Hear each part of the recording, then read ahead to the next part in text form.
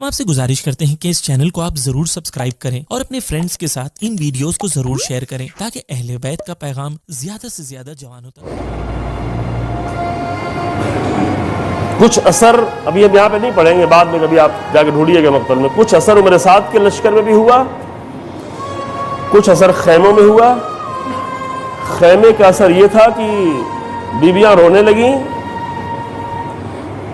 اب ذاکرین کچھ اور پڑھتے ہیں لیکن مقتل میں یہ لکھا ہوا ہے، بیویاں رونے لگیں۔ امام نے جب پیچھے مڑ کے دیکھا تو کیا دیکھا کہ امام سید سجاد اپنے عصا اور تلوار کا سہارا لیے ہوئے خیمے سے نکل کے مقتل کی طرف بڑھتے جا رہے ہیں۔ جو بیمار تھے، جن کے اوپر جہاز ساقط ہو گیا تھا، لیکن حسین ابن علی کی صدا استغاثہ سید سجاد کے کانوں تک پہنچ گئی۔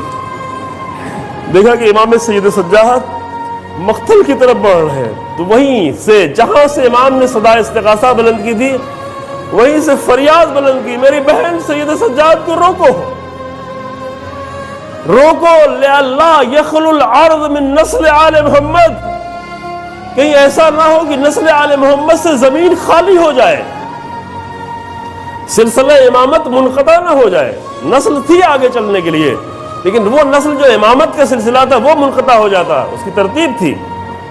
لہذا وہی مقتل سے فریاد بلند کی، حسین بن علی میری بہن سید سجاد کو روکو، نسل آل محمد باقی رہے، یہ سلسلہ باقی رہنا ہے۔ پھر خود بھی واپس آئے، امام سید سجاد کو خیمے تک لے گئے۔ پھر امام نے اپنی عظیم ترین قربانی پیش کی جو 6 مہینے کا بچہ تھا۔ اللہ اکبر۔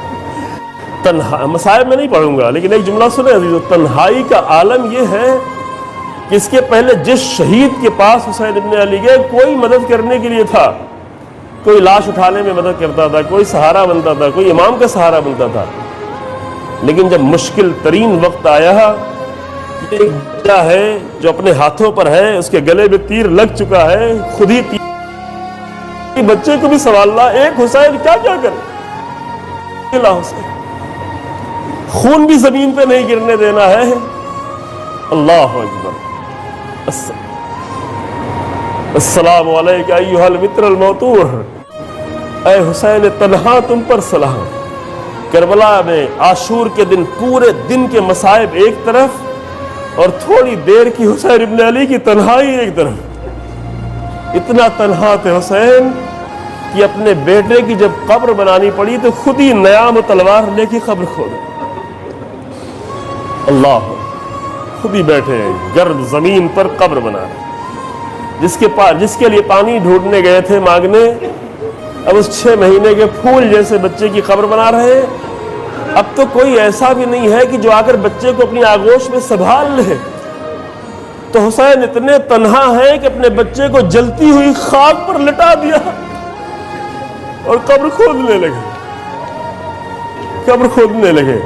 تو کبھی قبر کی طرف دیکھتے ہیں، کبھی اپنے بچے پہ نگاہ کرتے ہیں۔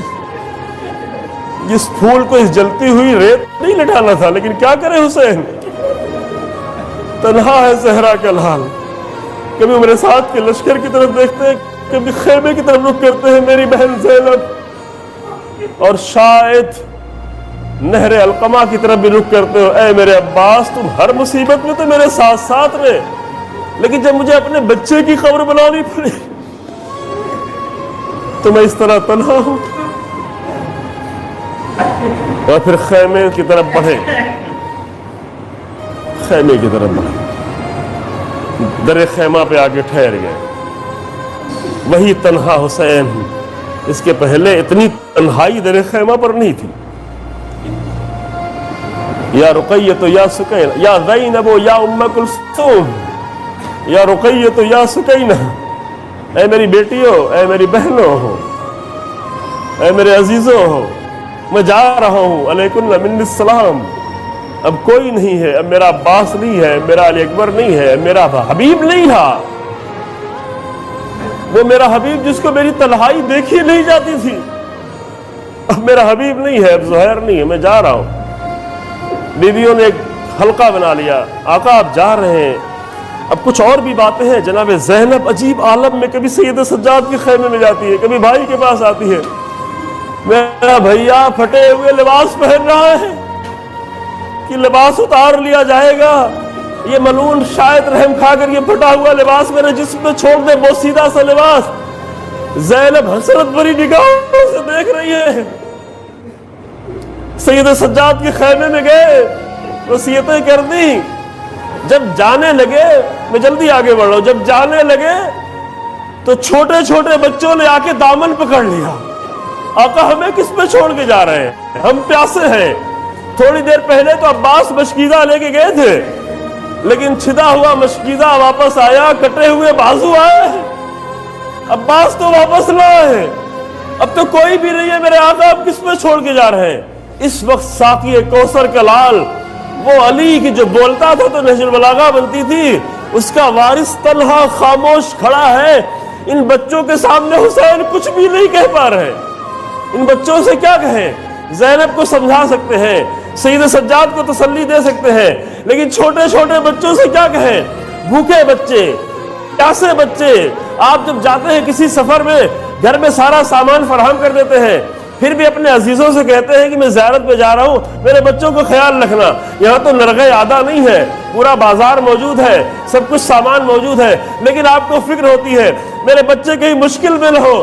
اللہ اکبر، حسین ایسے وقت میں جا رہے ہیں کہ خیمے میں سوکھے ہوئے مشکیزے سے رہ گئے، بچے بھوکے پیاسے ہیں۔ ان درندوں کے درمیان میں جو 6 مہینے کے بچے پہ رحم نہیں کھاتے، جو 13 سال کے پھول پر رحم نہیں کھاتے، ان بچوں کو کہاں چھوڑ کے جائیں؟ بچوں نے دامن پکڑا ہے۔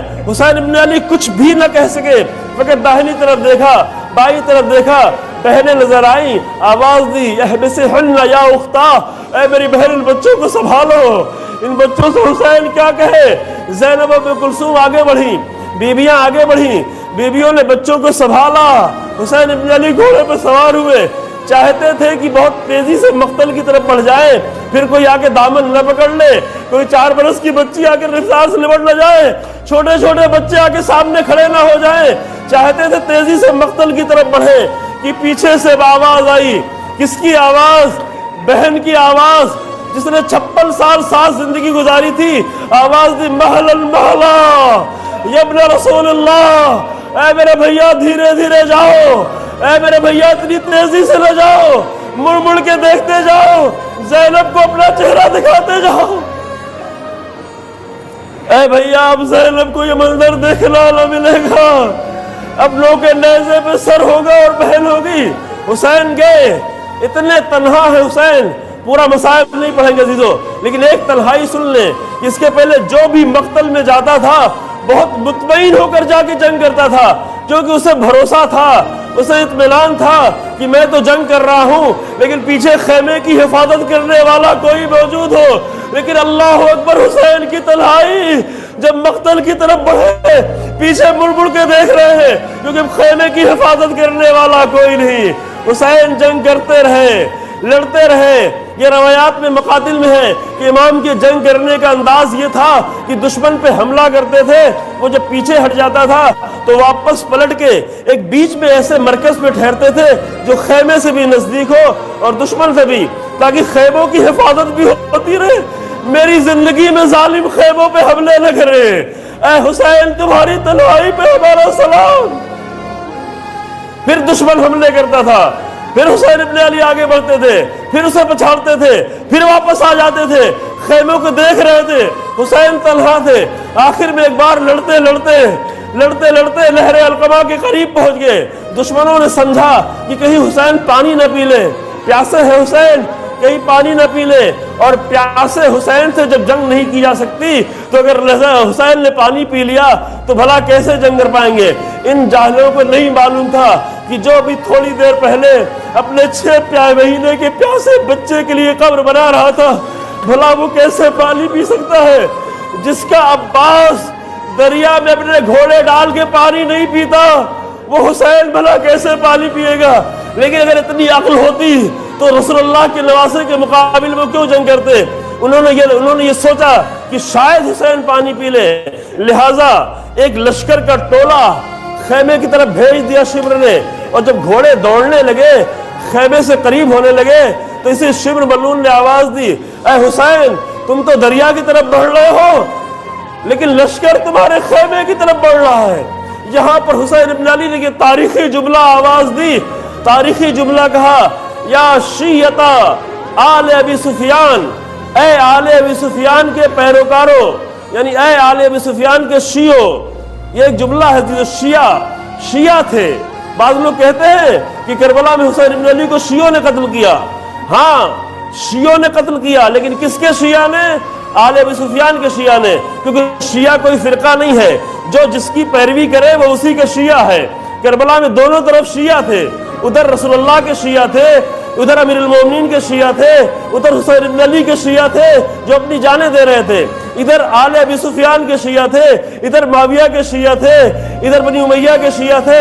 لہذا امام نے آواز دی، یا شیعتا آل ابی سفیان، اے آل ابی سفیان کے پیروکاروں اور شیعوں، اگر ان لم یکن لکم دین وکنتم لا تخافون المعاد فکونوا احرارا فی دنیاکم، اگر تمہارے پاس دین بھی نہیں ہے، اگر تم قیامت سے بھی نہیں ڈرتے، تو کم سے کم آزاد انسان تو بن کے رہو۔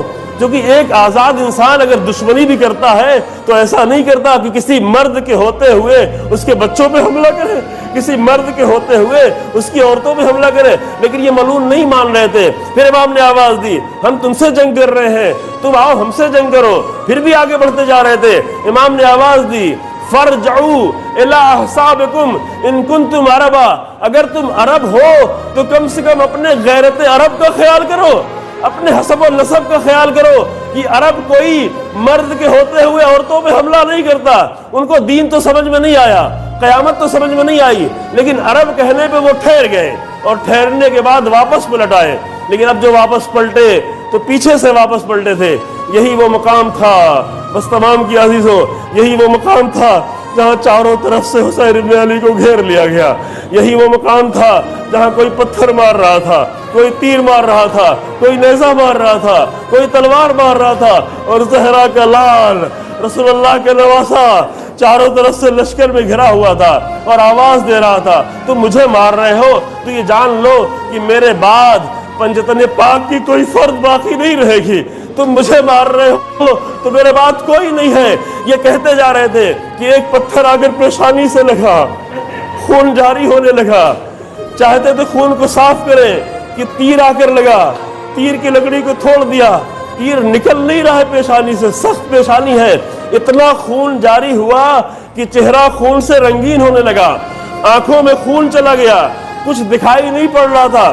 اب آ کے دامن کو اٹھایا کہ اپنی آنکھوں کے خون کو صاف کرے کہ ایک 3 پھل کا تیر آ کر سینے میں پیوست، 3 پھل کا تیر سینے میں پیوست ہو گیا۔ حسین ابن علی نے تیر کو سامنے سے نکالنا چاہا، لیکن تیر نہیں نکلتا تھا، تو تیر کو پیچھے کی طرف دھکا دیا اور پیچھے سے پکڑ کے جو تیر کو کھینچا تو خون کا فوارہ جاری ہوا، حسین کے جسم سے سارا خون نکلتا چلا گیا۔ حسین گھوڑے پہ ڈگمگانے لگے، ظالم نیز و تلوار مارنے لگے، اور آخر میں جب زہرا کا لال زمین پر آیا، تیروں میں معلق ہوا، زینب ٹیلے کی بلندی پہ آواز دے رہی ہے، میرے بھیا تم تنہا ہو۔ حسین کی تنہائی اسی عالم میں، بس آخری مصائب کا جملہ دیدو، یہ عبادہ کی اس لیے پڑھ رہا ہوں، اس تنہائی میں ایک 10 برس کا بچہ، امام حسن کی آخری نشانی، بڑا بیٹا تو مقتل میں غش پڑا ہوا ہے، بعد میں وہ زندہ رہا، لیکن سب سے چھوٹا بیٹا جب امام کی شہادت ہوئی تھی تو شاید یہ چند مہینے کے بچہ تھا، عبداللہ ابن حسن دور سے دیکھ رہا ہے کہ میرے چچا کو چاروں طرف سے گھیر لیا گیا ہے، میرے چچا کو تیر و تلوار ماری جا رہی ہے۔ امام حسین نے اس بچے کو جناب زینب کے حوالے کر دیا تھا، یہ میرے بھیا کی نشانی ہے، میری بہن اسے سنبھالنا۔ لیکن جب زینب نے شبر کا خنجر چلنے کے لیے دشمنوں کو چاری طرف سے حسین کو نرگے میں دیکھا تو زینب خود بلندی پہ چلی گئی، عبداللہ کا ہاتھ چھوٹ گیا۔ اس بچے نے دیکھا کہ کچھ ظالم تلواریں لے کر میرے چچا کی طرف آگے بڑھ رہے ہیں، تو خیمے ہی سے فریاد بلند کی، اے ظالموں، میرے ہوتے ہوئے میرے چچا پہ تم حملہ کر رہے ہو۔ یہ کہہ کے آگے بڑھنا چاہتے تھے، حسین نے آواز دی، بہن عبداللہ کو سنبھالو۔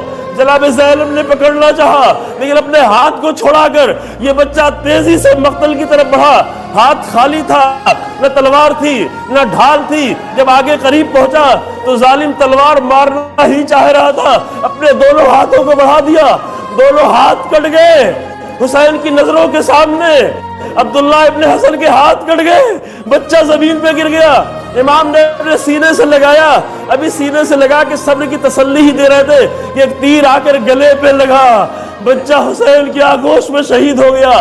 یہ آخری زخم تھا جو کسی بچے کے گلے پہ لگا، لیکن اس سے زیادہ حسین ابن علی کے دل پہ یہ تیر لگا کہ میرے بھیا کی نشانی نہ رہی۔ اور اس کے بعد امام چاہتے تھے کہ تلوار پہ زور دے کے اٹھے، کہ کعب ابن بحر نے امام کے سر پہ تلوار ماری، حسین ابن نمیر نے گلے پہ تیر مارا، عبداللہ ابن سلام نے سینے پہ نیزہ مارا جس سے سینے کی پسلیاں ٹوٹ گئی، حسین زمین پہ گرے، شبر خنجر لے کے آگے بڑھا، شبر کا خنجر چلتا رہا، زینب حسرت بھری نگاہوں سے دیکھتی رہی۔ اے میرے بھیا، زینب کو یہ خبر نہ تھی